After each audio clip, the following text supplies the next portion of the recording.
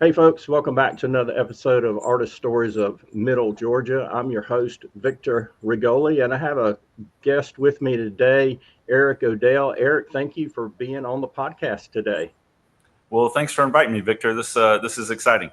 Yeah, thank you. I was kind of spying a little bit, reading up a little bit on your bio on Facebook and that kind of thing. And you're an art professor there at Mercer University, and we kind of talked a little bit about that. But I think it also said something about you may have taught way back in the day at Macon State College, possibly, or now Middle Georgia State University, that kind of thing. So I wanted you to tell us a little bit about your background. I mean, I've got all kinds of questions for you. And as the interview goes and everything, I've got a list over here. So if you don't hit on some of those things, I'll probably bring them up. But just give me a kind of a little bit of your background the next couple of minutes as to who is Eric Odell, how did you get started in art, your education, teaching, all that kind of fun stuff. For sure. I my father worked in textiles in the South, and myself and my two brothers and my family moved around a lot, and Okay. so my my very first beginnings was as an infant in the Blue Ridge Mountains of Virginia, where my folks' families are from, and eventually, in my formative years, I ended up all the way down in the Panhandle of Florida, Okay. where when I graduated high school, I had some options on where to go to college, and without ever having visited Mercer or being a guest in Macon, I decided to go to Mercer. I still not exactly sure why, Okay. and when I sought some advice from a couple of mentors, and one of them told me you have to do what you love, and so the thing I enjoyed doing the most was drawing. And so I came to Mercer in the fall of '88. I got an art degree. I studied philosophy. I was in the Great Books program. I was everything that a future mother in law would be terrified of. Okay. Uh, Gotcha. and right after I graduated, I did two very important things. I got married to my high school sweetheart, and then I went to Florida State for my graduate work and got to work with some great folks, particularly Trevor Bell, a preeminent painter of the previous century and into this one. He was incredible.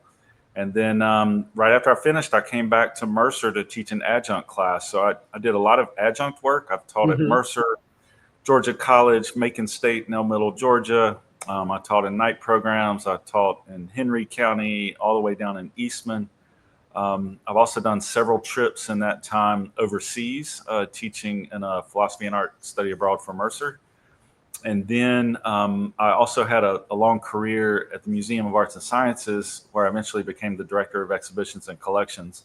Okay. A lot, I was kind of the guy behind the curtain when it came to Gotcha. exhibit. Gotcha. And then in about 2011 or 12, my painting professor, Sam Hutto from Mercer, retired after a long, fabulous career. And I was incredibly fortunate and lucky to be able to get his position, where I've been a full time professor since about the fall of 2012. Awesome. Awesome. I claim to have some ties to Mercer University, although I didn't go to school there. I went to school Middle Georgia State. But yeah, when I was in high school, I took art and I was pretty good at it. And back then it was called junior high. And it was the eighth and ninth grade. And, this was back in the mid 70s or so. And so I was pretty good at it. And the art teacher there kind of recognized some talent. And he said, "Hey, I want you to do a little internship with a Mercer University student in art." I said, "Okay." And it was kind of cool because she would come and pick me up after school, her and a boyfriend, and I think he had a snazzy Camaro, late 60 model Camaro, so it's kind of neat to ride around in that thing.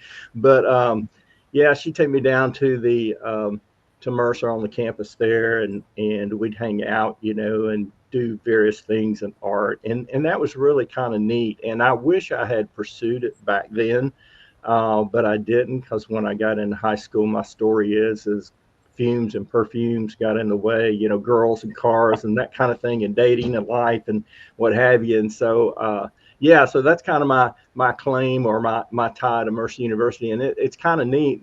The more I talk to different artists that have roots there at Mercer University, in either taking art or teaching art and that kind of thing. And I just love that about the Middle Georgia community. So yeah, that's Yeah, great.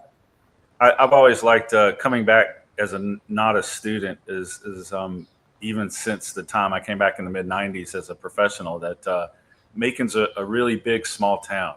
There's a Yeah, great yeah, deal of wonderful. that's true. You kind of flick off some of the surface, or you kind of pick up the stump, and everything is kind of got a wonderful interconnectedness to it. It's very Oh, organic. it does. It does. What would you say? I mean, do you do a lot of different mediums? Is there one that you like Mm. specifically that you're kind of, yeah, that's my go-to. I might experiment with some other things like maybe oil or acrylic or watercolor or whatever it may be. But what is it that you're really passionate about using in painting? My what I'm best known for, and what I try to dedicate most of my time to, is my acrylic painting. Okay. So that is something I've done ever since I was a student at Mercer. Acrylic is the medium I've worked in by far the most. My mentor in grad school was a really well known acrylic painter, um, and so that was a combination of out of practicality and then just getting used to it. Mm-hmm. Um, I also have a lot of experience with drawing. Pencil drawing, my favorite go to is charcoal drawing. I've done a little bit of everything with that medium. And I've done a lot of watercolor as well. Okay. And, and obviously, I think all these things interconnect and inform one another a great deal. Right. And a bit of a polyglot in my background. I've done a lot of carpentry, some sculpture, fabrication. Once upon a time, I used to know how to do a little welding and things like that. Okay. So I have a painter. Trevor taught me that you have to know how to build a canvas well, and so that is part Yeah. of my practice. so Yeah. Yeah. but predominantly acrylic painting. Okay. On canvas, I do a lot of work on paper as well, and a lot of drawing is the Mm-hmm. bulk of my portfolio. Mm-hmm. That's cool. Yeah. I started off doing a lot of drawing, and I did back in the early 80s. I did some drawing and everything, and I even took some art classes from an artist in Macon back on Forsyth Road, and I couldn't tell you the artist's name, and some oil painting classes, and it just, at the time, it wasn't economically feasible for me to continue, and so it just kind of lay dormant. And my story is it lay dormant for 40 years, and then 5 years ago it kind of, came to the surface again. But yeah, I'm an oil painter. I've dabbled a little bit with acrylic, and I'm starting to do a little bit more with acrylic. I'm wanting to, because I want to kind of build up some texture Yeah, on the canvas or painting surface, and using different mediums to do that.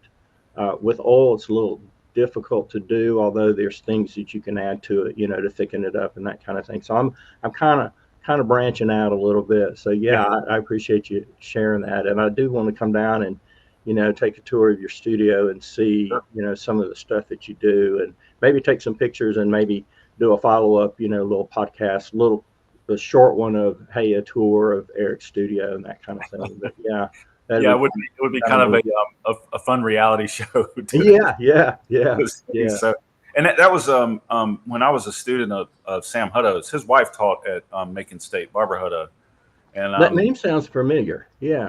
she was there for a long time. I actually bought my wife's engagement ring from her when I was a Oh student wow. at Mercer. And the, Sam, when I was, I think, a junior in college, did something for me which is along those lines. Is he took me to Barnesville, Georgia. There's actually a wonderful show there of some regional university work at the Lamar Arts. It's really really great place, great gallery. But my first trip to Barnesville was with Sam in his VW Bug, and there was an artist who had a studio downtown. His name was Herb Creasy. I had no idea at the time, but he's really significant. Hmm. And when the moment I walked into his studio and saw the space and the stuff laying around and his paint spattered shoes, and he kind of was gruff in his ripped T-shirt, I was like, I wasn't sure what I was looking at, but I knew Uh-huh. that's what I wanted to do. So that Yeah. that really kind of Yeah. that really set the hook in me for wanting to be an artist. Yeah. Yeah. It's amazing. I've interviewed several artists, and I'm in different little art groups and talking with different artists.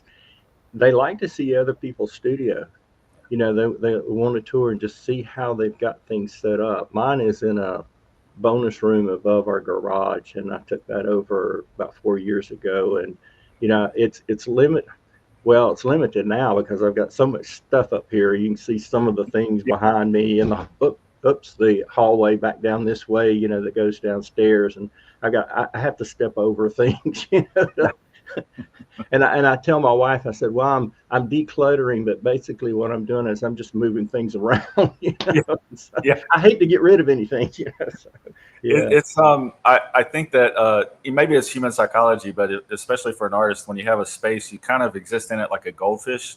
You kind Yeah. of go to size to fill it up. Uh-huh. Um, and so I have found space to be really critical, and really Macon has provided a lot of opportunities. When I was at the Arts Exchange, to stumble upon a really big space very early on, and Sam Hutto said to me one time, he said, an artist needs three things: they need time, space, and money. And he Hmm. said, you usually, if you're lucky, you can get two out of three. And Yeah. so Yeah. I think about that a lot over the years. So Yeah, that's true. So, what artists kind of inspire you? What artists have you followed? I mean, you talked about Sam a little bit, teaching and that kind of thing, and some others. You mentioned the guy up in Barnesville. Are there any other artists or famous artists that, gosh, that just, love to be able to paint like that, and you just draw inspiration from that individual or individuals? yeah, yes. And I would, my advice to anyone who's interested in art in any kind of way, it's kind of like music, right? What's on your playlist? And it's important to have Hmm. a playlist. It's important to collect and to remember and to like work, even if you don't know why.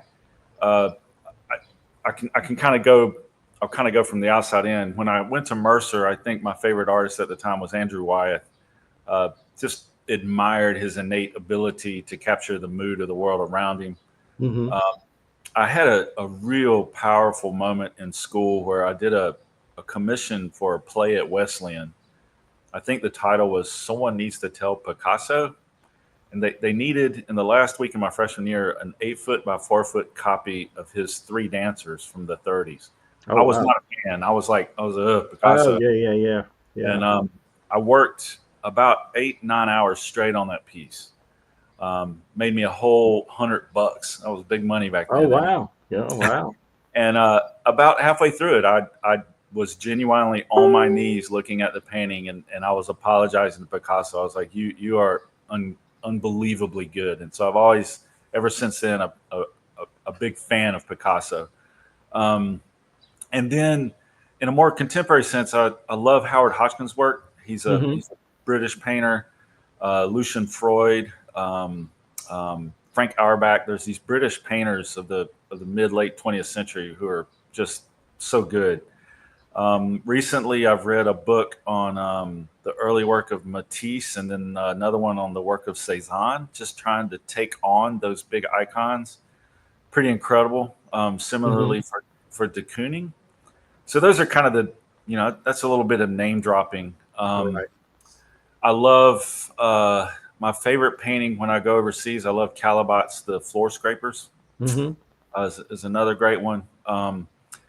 Yeah, Vouliard, and then I'll pull it in more close to home. My life as a curator.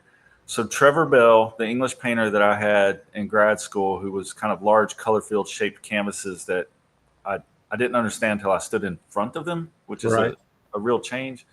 And then in Georgia, I've had an incredible gift to work with folks like Don Cooper, Rocio Rodriguez out of Atlanta, Corinne Colarusso, a few of her shows, and then the magical Betsy Kane out of Savannah. If people want to know what's happening in Georgia, there's lots more. Their work is just always inspired me, because when you go, you can be intimidated, right? Like looking at Right. Rembrandt, you're like, Oh, yeah. Yeah. Oh, yeah. um, and all of these folks in a way are intimidating when you meet their work, but when you meet them, they and the work become very real, and very, like, you personally relate to them, Right. and so they're really fantastic. I'm sure I'm leaving out folks. There have been some great folks in Macon. I had the pleasure of, there's a couple of young men I've taught. Caleb Brown is a fantastic realist. He's got. I was watching Monday Night Football one night, and he had a portrait of Jalen Hurts behind Jalen Hurts, Oh, wow. and Isn't that cool? yeah, Caleb's just a real powerful positive force in the world. So if y'all can check out Caleb's canvas. And then another young man I got to work with early in his development, he worked with me at the museum, is Alfred Conte. He is magnificent. Alfred Fred is he's an all-star. He's a defensive end that will tackle you on the ground with his work. Oh, So wow. if you can look up Conte's work online, he's in Most Atlanta. definitely. Yeah. Yeah. So it's, I think it's important to kind of feed your energies with the firewood of other people's work. Oh, exactly. It Exactly. always loves me up to see it. So I wish I could get out more. It's been a Right. great thing to help bring work to Macon, and Mhm. my time at the museum and other ways. But that is the best way to kind of get over painter's block, is to look at other work.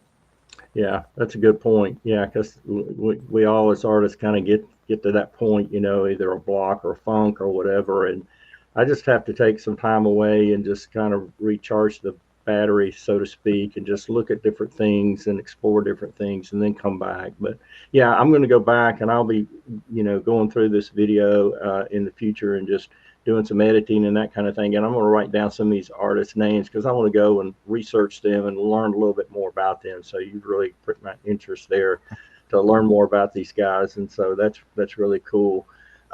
What as an artist do you find to be the most challenging?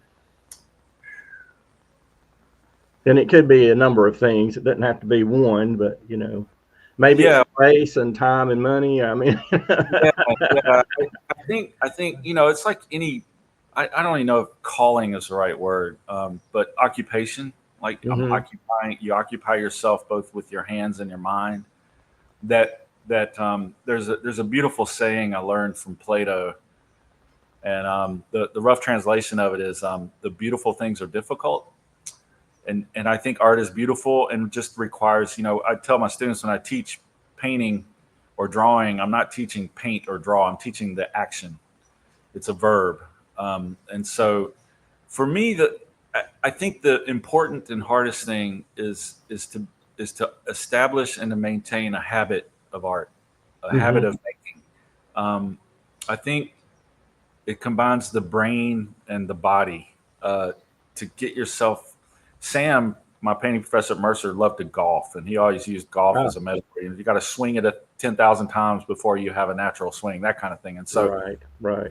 I think when you watch someone who's painted a lot and it looks so natural to them, is we're not. So someone once asked me, I had a painting a couple years ago, and they said, "How long did that painting take?" It took me 30 hours on that one painting, and I said that took 30 years. Yeah, yeah, What yeah. um, but that comes out of what Flannery O'Connor called the habit of art, is hmm to get up and to you know um, make your bed, put on your shoes, and walk or drive or stumble into the studio and to to get after it. And Right. so it's real easy to put less strenuous things on your calendar than it is to go to the studio. So that would be my biggest advice, and also my biggest difficult hurdle to come over, is to find the energy for the habit of art. Yeah, I like that. I really do. Yeah, sometimes I've talked to artists, and it's a challenge for them to just get into that studio because I'm more of a s- I guess structure to a certain degree. I've got on my calendar certain things that I need to do every day. Maybe it's practicing something or watching a tutorial or just experimenting or whatever, and I've got that kind of lined out. But I don't necessarily stick to that schedule, but it's there to remind me of things that I need to do. And Right. there was one artist I talked to, and they said, I just admire how you're able to get into the studio every day and paint. And I says, well, I kind of have sometimes I have to force myself because I am retired now, but I have a honeydew list and I've got all kinds of other projects going on too. But um, I find you're right. It's the brush miles. It's Yeah. every painting is not going to turn out to be a masterpiece or one that you think you might be able to sell or people are going to like. Right. It may take five, six, seven, or 10, and wow, it. Hey, it all clicked. And I play golf too, and I can kind of relate to, yeah, you've got to practice to get better. You can't, and I try to instill that in my youngest son. He would always want to go play to get better. I said, son, you got to practice to get better. because you're out on the course. How many strokes are you going to hit? Anywhere from 80 to 100 or 120 or whatever it is. But if you're on the practice range and practicing, hitting a Right. certain club or putting or whatever, and same thing, I think, with art and brushes and things like that, it's just getting those brush miles in. Yeah, and it can be a challenge for a lot of people. Yeah, I like that term of brush miles. An odometer on there would be kind of nice to. I tell students along the same line, and it's something that my travels to Greece, the kind of the difference between the athletic and the cosmetic. The athletic being kind of from the inside out, the effort, and then your appearance, your presence in the world is built from a thing that came from the inside out versus trying to appear as if, right? Mm-hmm. And so I'll tell students when they're beginning to paint, and that's a great point, Victor, is one of the hardest things for students or for folks when they start work is I think they want every piece to be perfect. Right. It's like, this is the way it's supposed to look. And in my head, and you kind of have to get those first couple of hundred things out of the way. And it's, as I tell, especially my painting students, I'm like, I ask them about musicians. I was like, they practice, they go through their scales and they practice and they practice and they practice. And I tell them, I say, why do they practice? It's so they can play, right? So they can perform, so they can play. That's the same thing with an athlete, right? Caleb, the young man I mentioned, played football at Mercer. And, most of the time you spend doing football is not in front of a crowd. Oh, yeah. So that when the whistle blows, you can play. That's a really hard thing, is to turn all that practice into play. But you kind of have to stick to it. It's practicing the fundamentals. You're right with football, and I did a little of that, in elementary school and pee-wee stuff and all that. But it's the blocking practice, tackling. It's running sprints. It's doing out conditioning, all that kind of stuff, so that you can get out there and perform. And it's learning all this stuff and bringing all that together to, okay, let me start working on this particular painting. You're right. There's a lot of people, and I know I'm preaching to the choir when I say this. A lot of people, when they go and they said, oh, they want to buy a painting, and you hit on it, and it says, well, how long did it take you to paint this? Yeah, it may have taken you 30 hours, but it's taken 30 years. It's that culmination of all that effort and talent to create that. But see, people don't understand the process that you go through. It's not just all of a sudden, oh, I got an idea and I slap paint on a canvas. Right.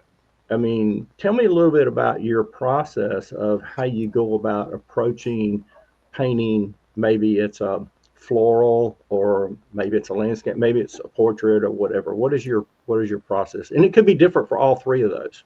Yeah, it's I think what I'm trying to lean into more during the school year, when I'm really busy teaching and I'm not able to be in the studio as regularly as I am now, what can really happen is my brain gets in front of my painting.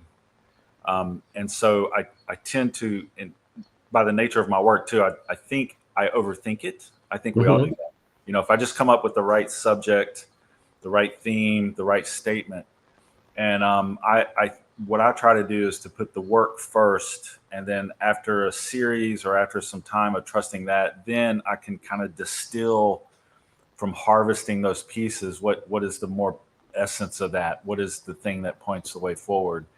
And so my process is I do a lot of journaling, a lot of writing.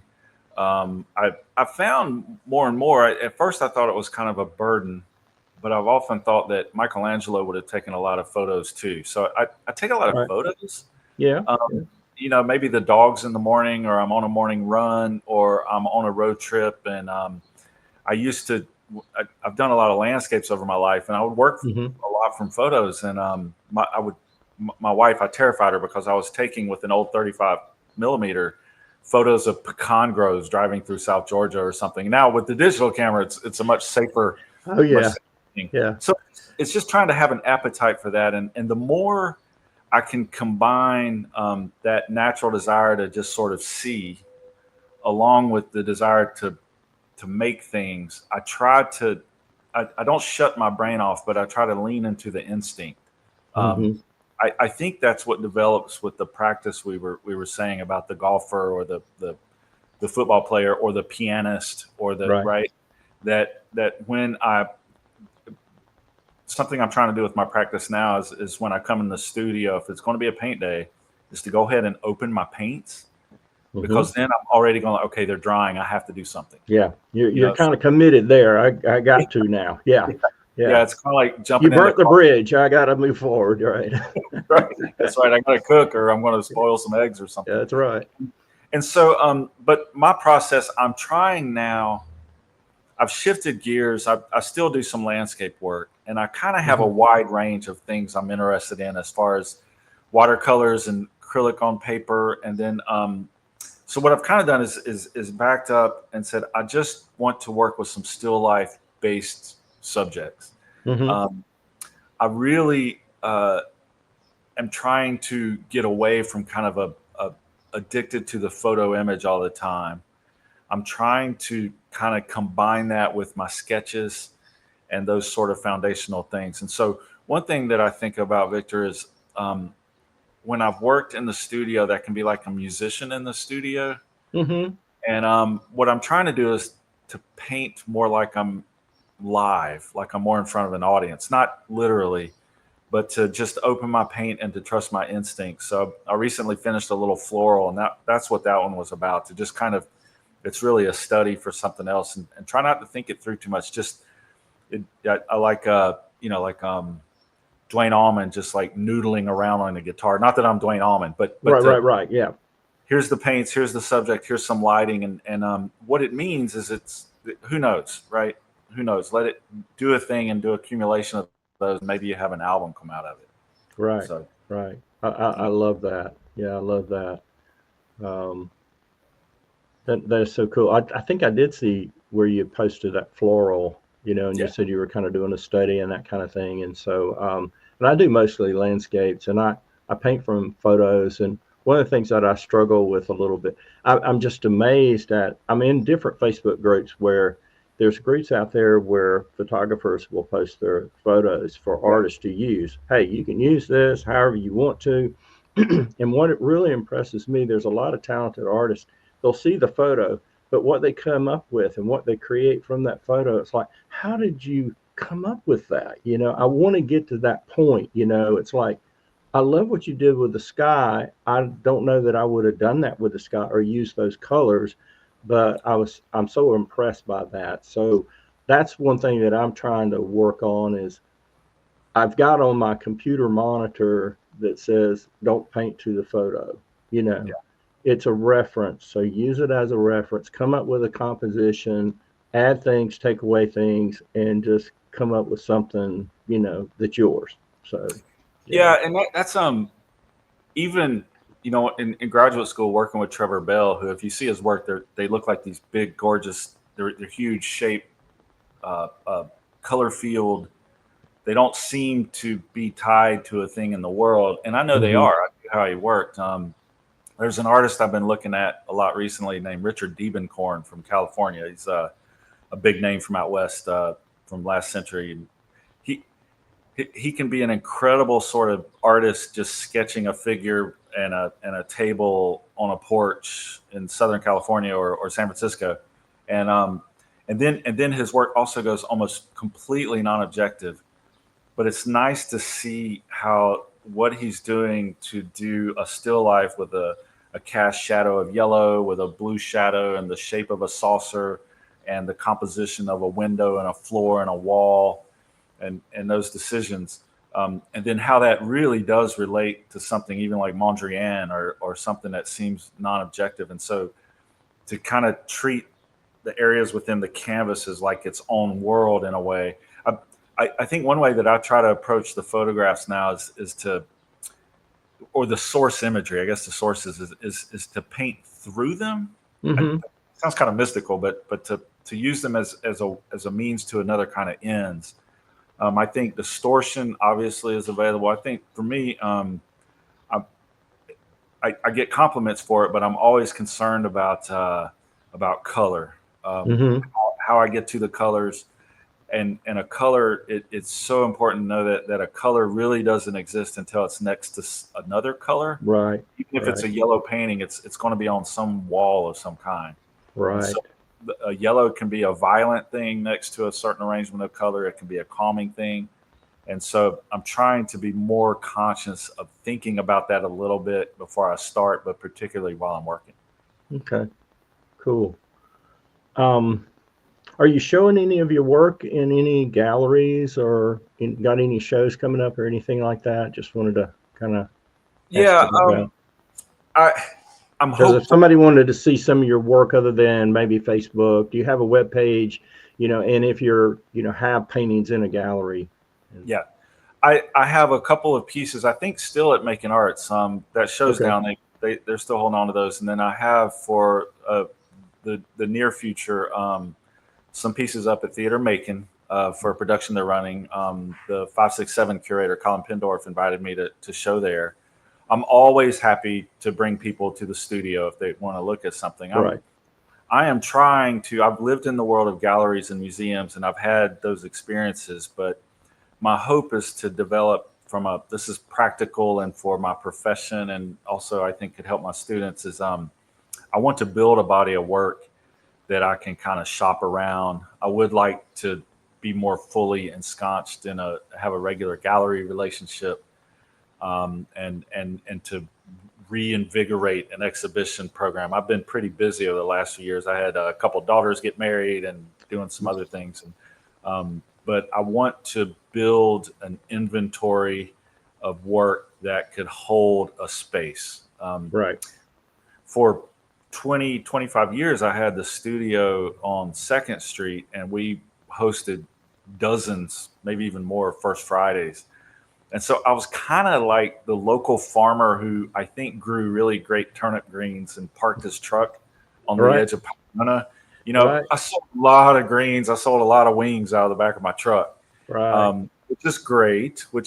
But I think Macon has been an incredible place to develop people who like my work. Mm-hmm. I've always felt that if you can make it work here, it'll work anywhere. Right. Otis Right. Redding, Little Richard, and the Allman Brothers are good proof of that. Um, Exactly. and so now I am desirous to build up another truckload of stuff and to take it on the road. I'd like to take it and try to get it in the Kroger in Atlanta for a while. Okay. Okay. Now, do you find, in selling art and just any advice for artists that are out there and wanting to promote their art? A lot of people are selling things online, either through social media, because a lot of people are saying, hey, I put this out on social media and people are, grabbing it. There's print on demand, things of that nature, that kind of thing. So, what would be your advice to somebody that's kind of exploring that? Because sometimes it's hard to get into a gallery, especially if you're a local person, in the Middle Georgia area, because you may not have as many galleries that are open to allow you to do a big show and that kind of thing, and have something on the wall. I won't say permanently, but let's say extended period, 3 to 6 months or something like that. So, any experience with that? Um, I, I have some vicarious experience. I mean, I've sold a couple of things. I made for me the online presence. And it's weird to say this, but we're old enough to remember the beginnings of Facebook, Mm-hmm. and I even had a MySpace page once upon a time.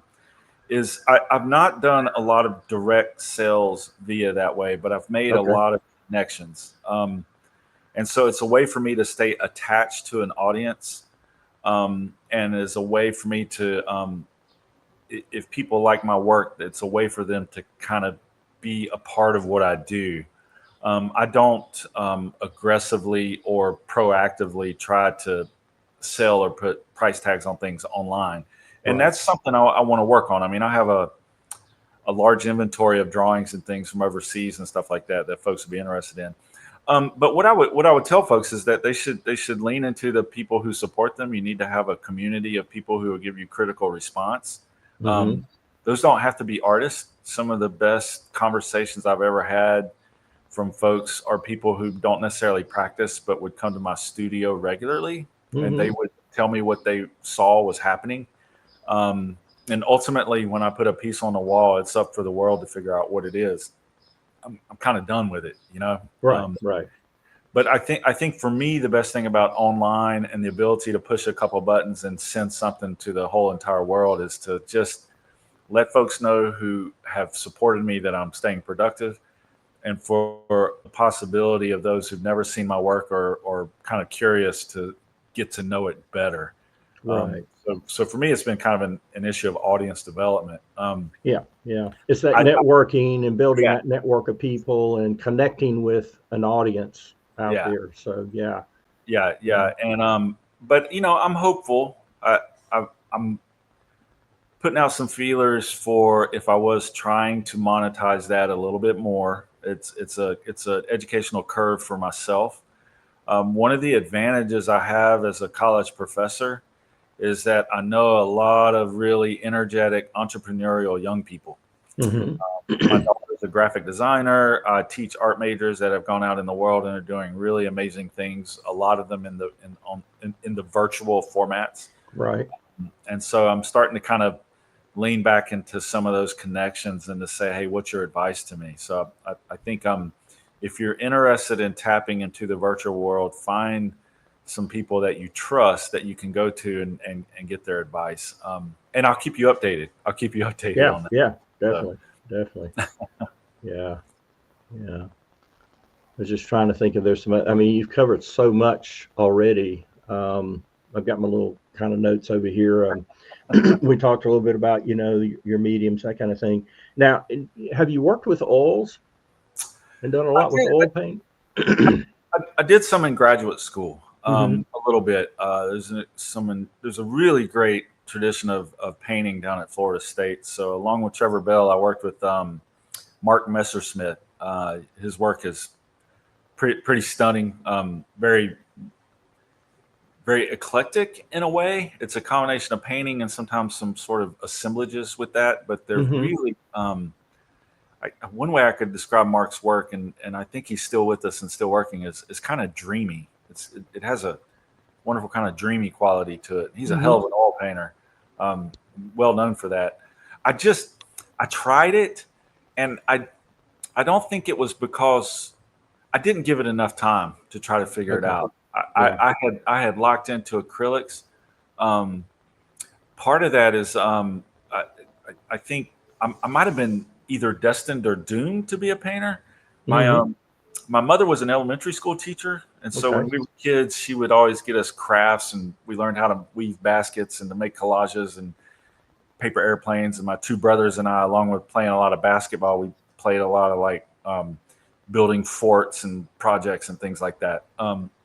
My my dad in the textile industry, he was not on the end where they made the fabric; they printed it. Right. He was on the printing end, and he was a Okay. colorist. He ran a Oh. color lab, so Okay.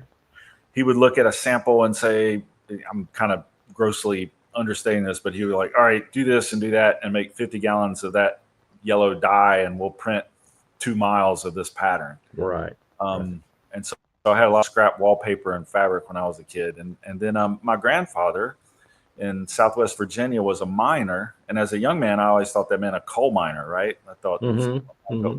but later I learned that he spent his whole professional life in the mountains of Virginia digging paint pigment. Oh, Uh, wow. So he was digging earth tones out of the Blue Ridge Mountain hollers and valleys, and How about I that? feel That like is interesting. it Yeah. is pretty fascinating. And so Wow. yeah, Yeah. yeah, that kind of locked me into this. I think I like that attachment to my to kind of my past and my family and do that You way. got some roots there. See, yeah, that's why you are who you are today. Yeah, it's in your blood, man. Yeah, yeah. That crimson, alizarin crimson red coming out of your There you veins go. there, or whatever. I don't know. Yeah, I don't know about cat red, but maybe a little bit on the purple side or that's dark right. side. But yeah, gosh, this has been great. Let me think here.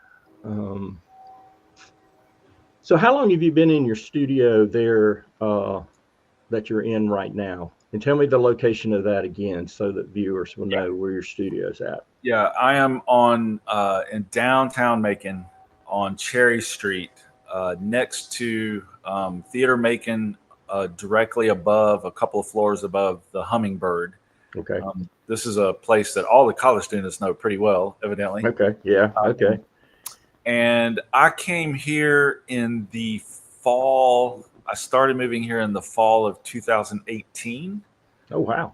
And it's a big space. It's a big investment of time and effort. Mm-hmm.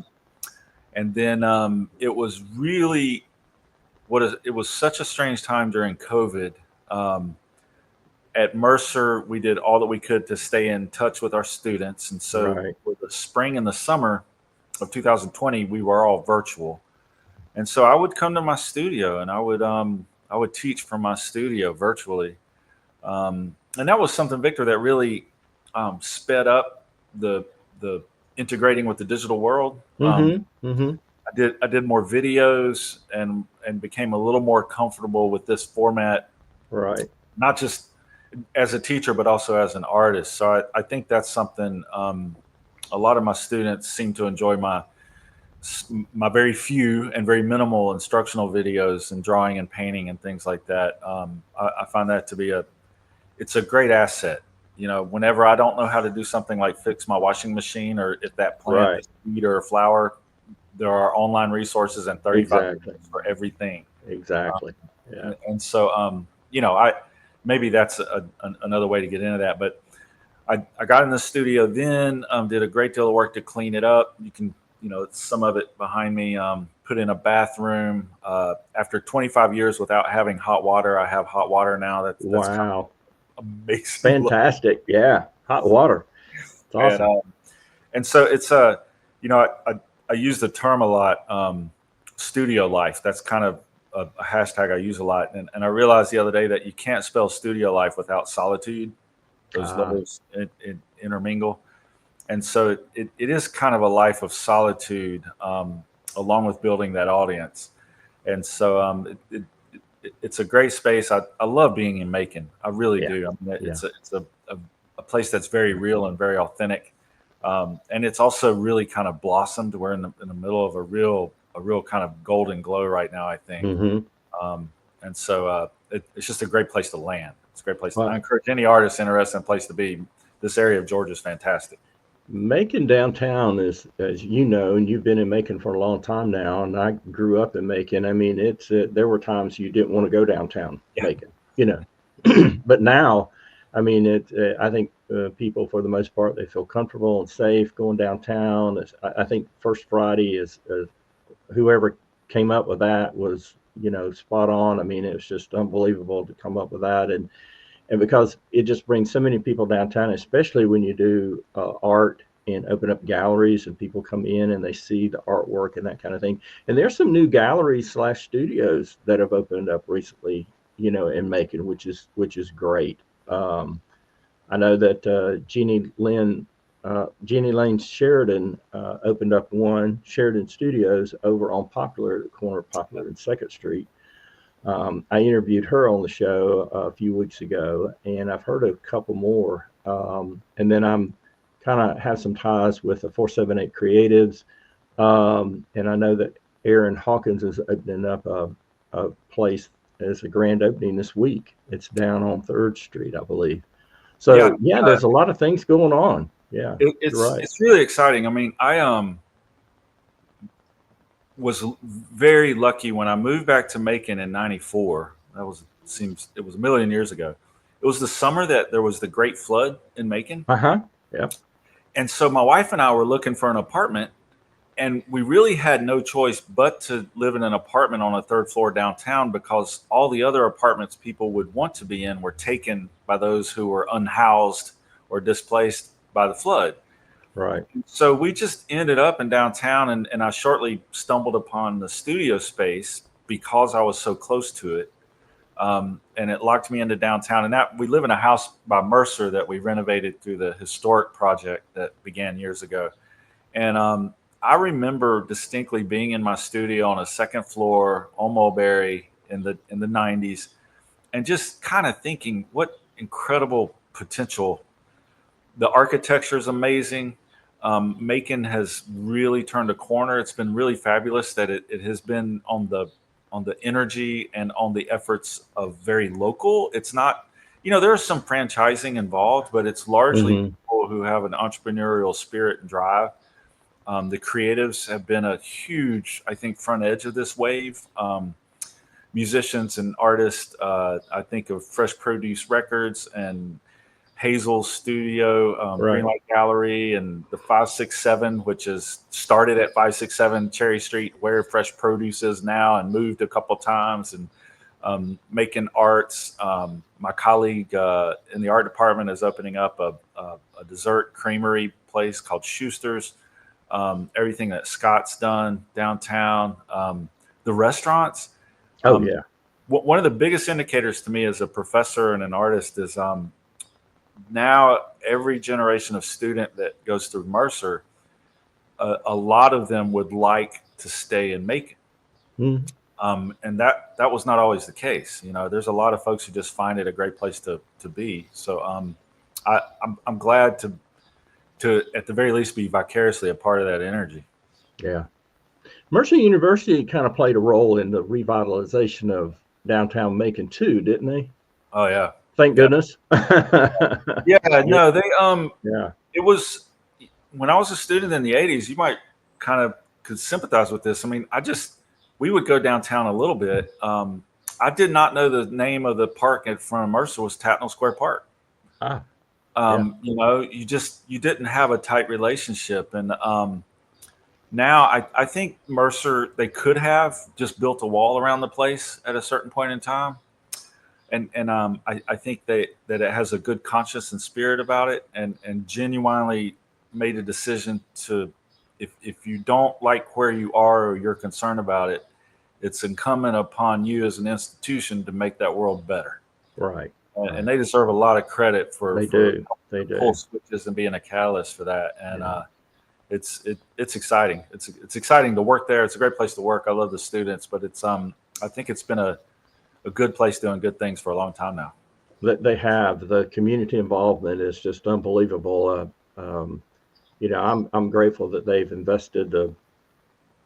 I couldn't even tell you how much money they've invested, to do that, but it could be in the millions. But yeah, I think Macon is just really blessed to have Mercer to be able to put money into it. I mean, even around the campus. I mean, there's housing. I know that Mercer's been involved in and revitalizing some of the neighborhoods to allow, students places to rent, and that kind of thing. And back in the 70s and early 80s, that just didn't exist. Right. In a way, it's like you said, Eric. It's like they almost had a wall up, you know, and this was it. But Mhm. whoever had the vision, maybe it was the president of the university at the time, and says, "Hey, we've got to invest in the community here and expand beyond our borders, so to speak." Yeah, it's just phenomenal what they've done over the years. Yeah, and I want to particularly thank Mercer for talking about the arts. As the McEachern Arts Center downtown Mm-hmm. was a strange. Um, uh, it was a strange walk that I had with that place, because in the mid 2000s, when things started to turn downtown, there was a minute where the museum where I worked, Museum of Arts and Sciences, which is another incredible institution in town, um, was invited to take a look at that space as a possible downtown gallery space. We just could not pull it off with the resources that it would Right. take. And then a few years later, I found myself at Mercer, and one of the great agents of Macon's Renaissance is Tony Long and his wife Jennifer. And Tony told me that the building, the McEachern, is the old Atlanta Gaslight building, was abandoned Mm-hmm. for Mm-hmm. decades. Sort of one of those mysterious empty storefronts that was downtown for a long time. And he found out Mercer had the ability to do something with it, and so he, I think, kind of punched Bill Underwood in the shoulder so many times that he said, "Okay, let's meet and talk about it," and allowed me the opportunity to talk him and all of Mercer to get behind doing the gallery that we have. And for me, the real kind of grace in that is that we put studios upstairs for students. Ah, as an art teacher, I'm always conscious of whether I'm writing a syllabus or doing a project or driving a kid to an event is what can I do for the students that could have been done for me, right? Right. That's what Sam Right. Hutto did for me. And so I'm like, we got to get studios. My studios downtown have always been important. And so we have students who can have studios in the middle of the world, not just the middle of campus. Right. Right. See the hustle and bustle on the Right. streets, have to be on deadline. And I think that the collective of having other people around you going to their studios puts the right kind of natural guilt on you to get to work. Mm-hmm. Right? If Mm-hmm. I know Mm-hmm. Victor's working, I'm like, I got to get to work. Yeah, I got to get to work. That's right. Yeah, yeah, and So is that that is all free of charge to the student? I mean, they can go and it's just space available to them, or is there? it's they're obviously they have their whatever their tuition obligations are and things like that, but it is available to students at a certain level in the art program Okay. with Okay. certain courses and things like that. We can't just open the door and say, but Right. it is for. I like to think that if you could go back in time and you found Eric Odell painting in his dorm room like I did back in the day, I could introduce myself and say, hey, you don't have to spill cobalt blue in Sherwood Dormitory. You can Right. go do that at this space that was built to be a gallery where you don't have to hide your paintings at night so you don't get in trouble with the cleaning crew. Gotcha. Gotcha. I love that. I'm glad that they have that, for the art students. That's amazing. But man, this has been great. I've thoroughly enjoyed Yeah. getting to know you better and hearing your story and just learning so much about you and your involvement in the art community there in Macon and downtown Macon. I do want to come down and take a tour of your studio, just kind of hang Anytime. out, just see what you're doing. And yeah, any last remarks or parting advice before we go that you could, and in your Eric, in your world of experience, that you could impart? Huh. I think look, I want to give a big shout out to all the creatives that are like holding the faith down in their solitude in their studios, on their street corners, in their galleries, at their piano or their easel or their journal, um, because throughout the history of the world, it's been the folks who'll see what other people would see as an abandoned hopeless situation, and see the potential in that. And I've seen that happen in Macon. I think that folks like Little Richard and the Allman Brothers were not necessarily what the people who were running the area code or the zip codes at the time would have put at the forefront of their Right. brochures or their entrance to the city. But I know that through my travels overseas and things like that, that our greatest export is our culture. Yeah. Our greatest export is our creative efforts. And Right. what I would encourage people who may not necessarily paint or compose or write or film or things like that is do what you can to support those local folks as directly as possible. Right. A little bit goes a long. I remember the first couple of paintings I sold at a First Friday. Just sort of brought me to my knees with a little bit of money in the bank, but just knowing, man, I could keep going with this, and Right. Right. that collective energy is going to be, as Springsteen says, that it's 1 + 1 = 3. Yeah. And I think that has played out specifically and powerfully in our area right now. And so I want to thank you for doing this. Oh yeah, you're welcome. Thanks, Eric. Yeah. Not too long ago, someone saying like, you want to be on a podcast, I'd be like, what? What the heck is a podcast? Is this a true crime podcast? Yeah. Yeah. I didn't do it. It wasn't me. Yeah. Yeah. Yeah. This has been great, but I do want to thank you, Eric, for being on the show today. And thanks everybody for tuning in. It's been wonderful. Please like and subscribe to the channel. We've got a lot of content that's coming. We got some more interviews lined up. Please check out the channel of previous interviews that we've done, and just take care, everybody. And we'll see you in the next video. Bye now.